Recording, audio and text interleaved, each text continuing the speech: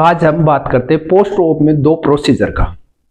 एक होता है टॉन्सिलेक्टोमी और एक होता है थायरेक्टोमी।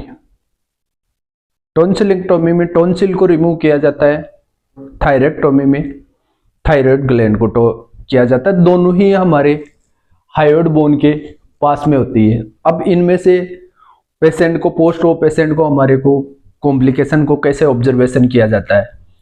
टॉन्सिलेक्टोमी के अंदर पेशेंट में पोस्ट ऑप पेशेंट में क्या होगा कि पेशेंट में इंटरनल ब्लीडिंग हो रही है तो हमारे को पता नहीं चलेगा, बाहर नहीं आएगी। पेशेंट फ्रीक्वेंट स्लो करेगा, जल्दी जल्दी जैसे पानी पी रहा है वैसे वो पेशेंट एक्टिविटी करेगा। टॉन्सिलेक्टोमी को पेशेंट को रेड फूड, रेड फ्लूइड ये सब कुछ नहीं देना है। जैसे कैरेट हो गया, जैसे रेड चॉकलेट हो गया, रेड कुल्फी हो गई, ऐसी चीजें नहीं देनी है। पेशेंट को डेयरी मिल्क का कोई प्रोडक्ट नहीं देना है। और इसमें पेशेंट को हम दे सकते हैं only for chips, ice chips दे सकते हैं, जिससे क्या होगी उसको मसल्स की सूथनिंग होगी, सूथनिंग से पेशेंट को रिलीफ मिलेगा।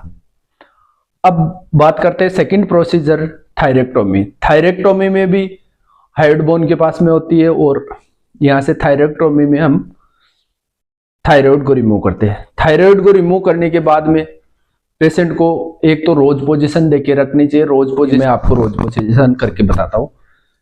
एक्सटेंड, नेक को एक्सटेंड करते हैं, ये रोज पोजीशन है। इसके अंदर पेशेंट की पीछे की तरफ ब्लीडिंग मिलेगी थायरेक्टोमी में।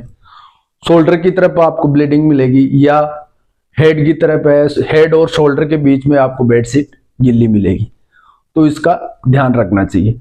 दोनों ही प्रोसीजर में पेशेंट के पास बेड साइड में हमारे पास ट्रैकेस्टोमी सेट होना जरूरी है, क्योंकि कभी भी पेशेंट को रेस्पिरेटरी डिफिकल्टी हो सकती है।